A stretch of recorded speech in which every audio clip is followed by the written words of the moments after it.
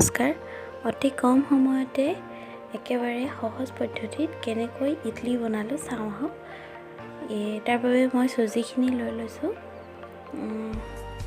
আৰু অলপ পিচি লোৱা চেনি আছিলে সেয়া দি দিলোঁ আৰু সেয়া কম হোৱাৰ কাৰণে মই আৰু অলপ গোটা চেনিকে দি দিছোঁ। তাৰপিছত অলপ নাৰিকল এনেকৈ ৰুকি ল'লোঁ। তাৰপিছত গোটেই এই নাৰিকলখিনি নিদিলেও হয় আৰু দিলে মানে খাবলৈ টেষ্টটো বেছি ভাল লাগে, নিদিয়াকৈও বনাব পাৰি। এতিয়া মই ঘিউ দি দিছোঁ ইয়াত।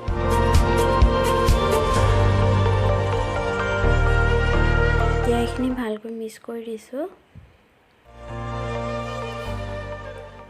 আৰু আমুল তাজা গাখীৰ এনেকৈ অলপ অলপকৈ দি দিব লাগে, একেবাৰে সৰহকৈ দি দিব নালাগে।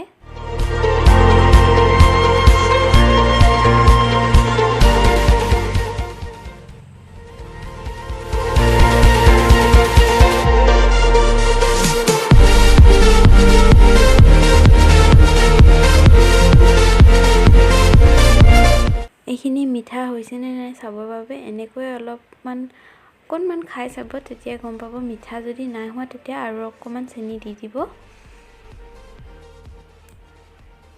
এতিয়া এইখিনি ৰেডি হৈ গৈছে। এইখিনি অলপ সময় এনেকৈ ফেটি লৈ পিনি মই অলপ সময়ৰ কাৰণে ঢাকি থৈ দিছোঁ আৰু এই ষ্টেণ্ডডালত অলপ তেল লগাই লৈছোঁ, তেতিয়া লাগি নধৰে। তেতিয়া এৰুৱাবলৈ মানে সহজ হয়। এতিয়া এইখিনি মই 3 ভাগ কৰি লৈছোঁ। ইয়াত মই ফুড কালাৰ দিম। ফুড কালাৰ দিলেও ইয়াৰ টেষ্টটো একেই থাকিব।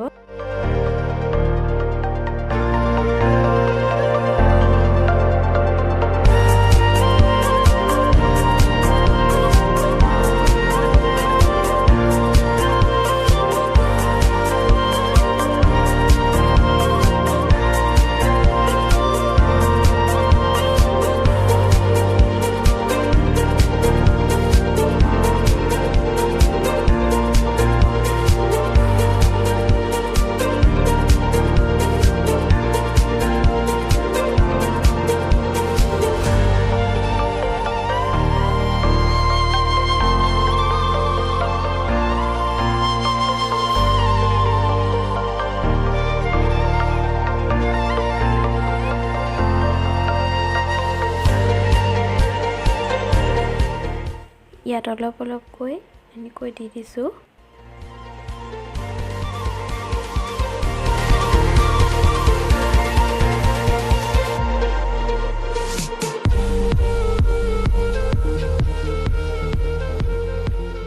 চেৰি কেইটামান দি দিছোঁ, তেতিয়া দেখিবলৈ ধুনীয়া লাগিব।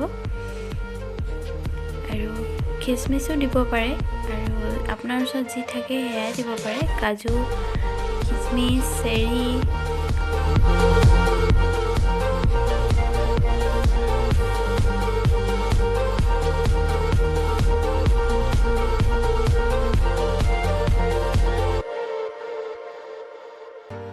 আৰু এতিয়া এইখিনি কুকাৰটোৰ ভিতৰত সুমিয়াই দিম। কুকাৰটোত একেবাৰে কমকৈ পানী দিম, যাতে পিঠাখিনিত পানী নালাগেগৈ। এতিয়া ভালদৰে এইটো টাইট কৰি কুকাৰৰ ভিতৰত সুমিয়াই দিছোঁ ষ্টেণ্ডটো, আৰু 3টা চিটি মাৰিব দিম।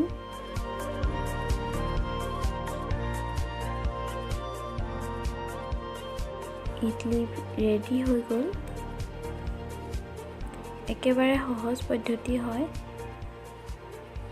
আৰু ভিডিঅ'টো চাই যদি ভাল লাগিলে লাইক, কমেণ্ট, শ্বেয়াৰ আৰু ছাবস্ক্ৰাইব কৰিবলৈ নাপাহৰিব।